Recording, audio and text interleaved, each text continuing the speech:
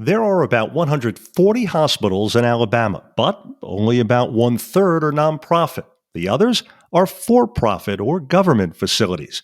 Infirmary Health is the largest non-governmental, not-for-profit healthcare system in Alabama. So, we're discussing how you can contribute to their foundations in your community. Our guest, Shannon Preston, Executive Director of Infirmary Foundations. This is LifeCast, a podcast from Infirmary Health. Thanks for listening. I'm Joey Waller. Hi, Shannon. Thanks for joining us. Hey, Joey. How are you? I'm great. Yourself?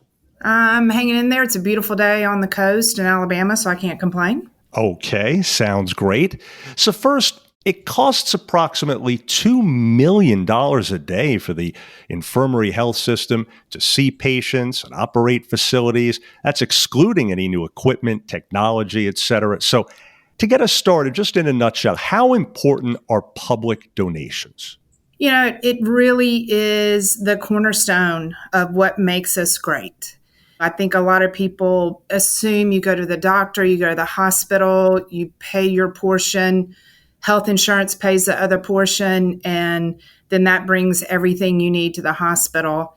And in fact, it is private donors, foundations, even our corporate partners that provide and donate dollars on top of all of that make us able to bring the best, the latest, the best technology, the latest equipment, and make all of that available to our patients.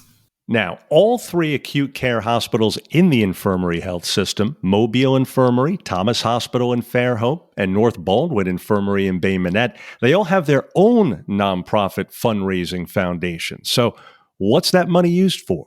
That's right. And I think it really is an important note to talk about the three separate foundations. Each hospital has a foundation that raises money strictly for that hospital. So every donation that's made, every person that contributes $1 can designate where that fund goes, where that dollar goes in the hospital. So all of the money is always separated and kept separate.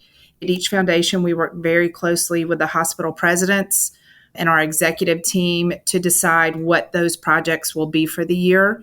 So 18 to 24 months out, we're mapping our campaigns to decide what we're going to raise money around or for.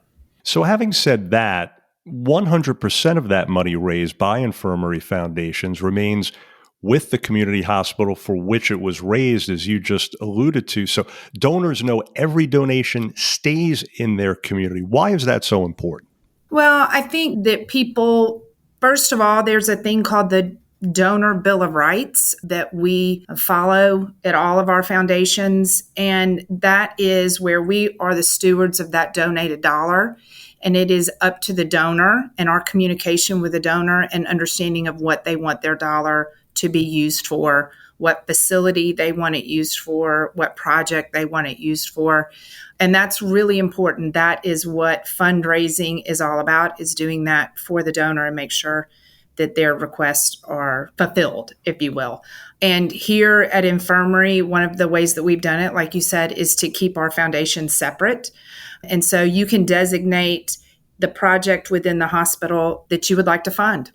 Gotcha. Now, let's talk some fundraising examples that you're involved with. Maybe give us a little thumbnail, please, on each. For instance, Infirmary Foundation's Under the Oak celebration, which benefits Mobile Infirmary, robotic surgery system, making Mobile Infirmary the largest robotic system in the region. How about that one? So that one is, so I'll talk a little bit about the event. It was fantastic. We actually have a historic home that the foundation was donated to the foundation that is adjacent to the hospital campus. And the back of that property are giant live oak trees. And so we put the tents up with clear tops, and we light the oaks, and we have a big party, if you will. We had almost 400 guests. So we have a party under the oaks with a band and a great night to celebrate. And those funds were designated this year. All of the funds that we raised for that, close to $100,000, were designated to advance that robotics program. So we're going to bring 2 more Da Vinci robots to Mobile Infirmary for surgeons here on this campus to be able to use. That sounds really nice. And I know that Da Vinci is kind of the state of the art in the robotic assist world. So next up, let me ask you about Thomas Hospital's Grand Summer Ball benefiting its cath lab expansion. So Grand Summer Ball, and here in this area, we call it Over the Bay. So Mobile is on one side of Mobile Bay and Fairhope is on the other side of the bay. So as we go over the bay to Fairhope, we have the Grand Summer Ball. It's at the Grand Hotel. We have close to 600 guests at that. It's really the only formal gala in Fairhope.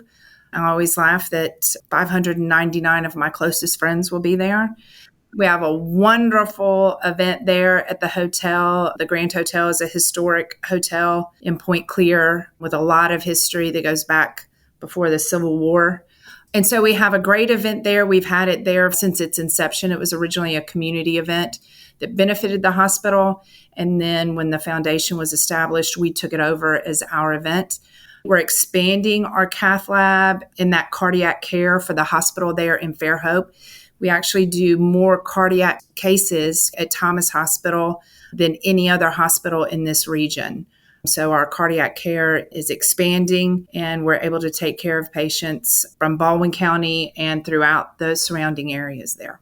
Excellent. And then tell us, please, about North Baldwin Infirmary's annual gala, which benefits cardiac ultrasound.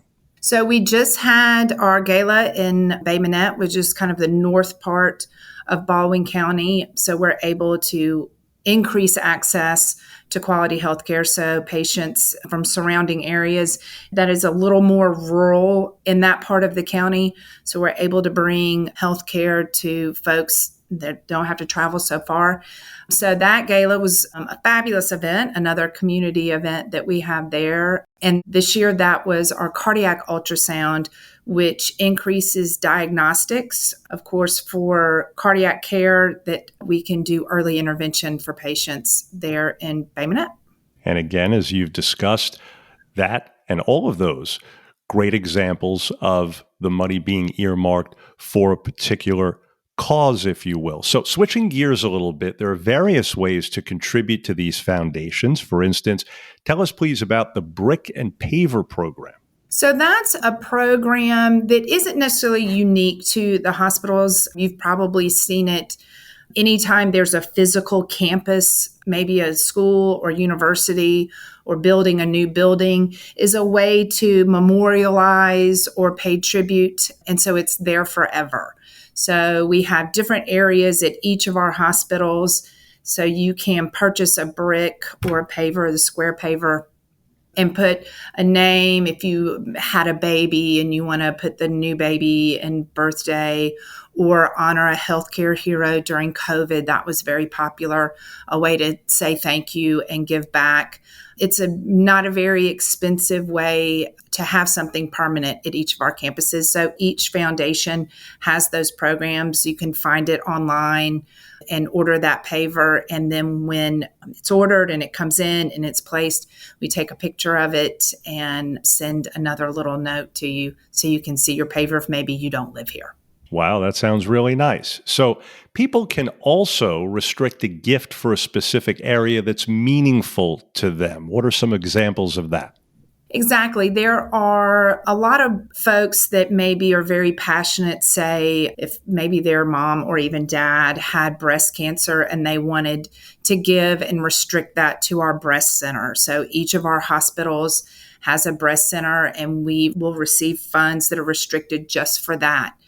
The past 2 years, the foundations have purchased additional 3D mammograms for our breast centers at each hospital, and we can use those restricted gifts for that type of purchase.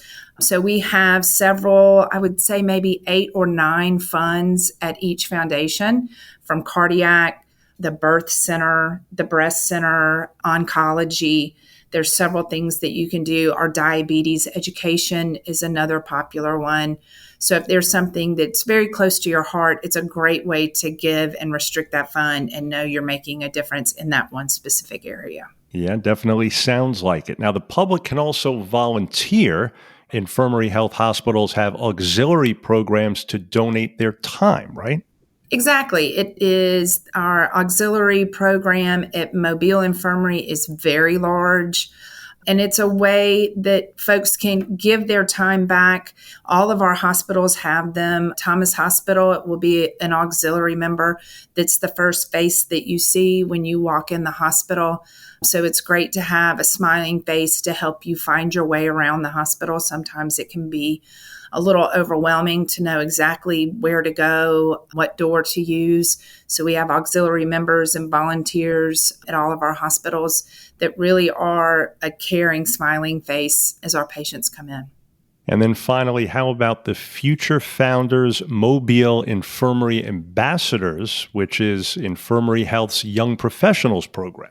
So that's a great group. I lovingly refer to them as my whippersnappers. So it's a really great group. We have a young professional group at Thomas Hospital and at Mobile Infirmary.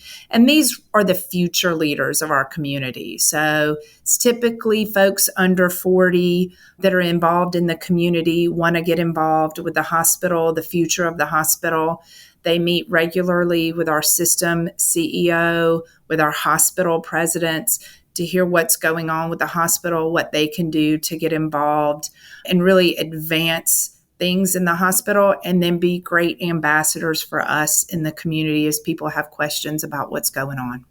Well, folks, we trust you're now more familiar with how you can contribute one way or another to the foundations of Infirmary Health. Shannon Preston, keep up the great work. Sounds like your social calendar is overflowing, to say the least. Thanks so much again. Thanks so much for having me, Joey. You got it. And for more information, please visit infirmaryhealth.org/foundations. Again, infirmaryhealth.org/foundations. Now, if you found this podcast helpful, please share it on your social media.